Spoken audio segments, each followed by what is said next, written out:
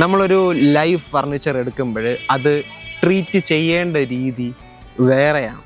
കാരണം ഈ ഒരു പിത്തും ഈ ഒരു സാപ്പ് വുഡ് സെക്ഷനും വളരെ സോഫ്റ്റാണ്. അത് പെട്ടെന്ന് ഡാമേജ് ആവും മെജോറിറ്റി ഓഫ് വുഡുകളിലും.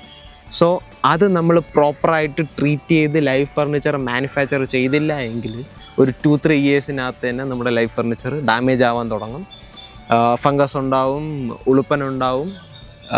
ഇൻ കേസ് അത് തറയിൽ ടച്ചായിട്ടാണ് ഇരിക്കുന്നതെങ്കിൽ അവിടെ നിന്ന് അത് പൊടിഞ്ഞ് പോകാൻ തുടങ്ങും. സോ അതിനെ നമ്മൾ ട്രീറ്റ് ചെയ്യണം.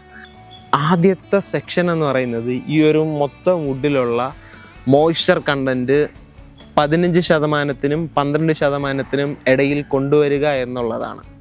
അതിനുശേഷം നമ്മൾ ഈ പിത്തും ഈ ഒരു സാപ്പ് വുഡ് സെക്ഷനും ഒന്നുകിൽ ബോറിക് ആസിഡ് യൂസ് ചെയ്തുകൊണ്ട് ട്രീറ്റ് ചെയ്യും, അതല്ല എങ്കിൽ ടങ് ഓയിൽ അല്ലെങ്കിൽ വേറെ മിനറൽ ഓയിൽസ് എന്തെങ്കിലും യൂസ് ചെയ്തുകൊണ്ട് ട്രീറ്റ് ചെയ്യും. സീലർ അപ്ലൈ ചെയ്യുക, അത് ഫസ്റ്റ് കോട്ട് അടിച്ച് നമ്മളെ ക്ലൈമറ്റുമായിട്ട് മാച്ചാവുന്ന രീതിയിൽ. അതൊരു മഴ സമയമാണെങ്കിൽ നമ്മൾ കൂടുതൽ ടൈം ക്യൂറിങ്ങിന് കൊടുക്കണം.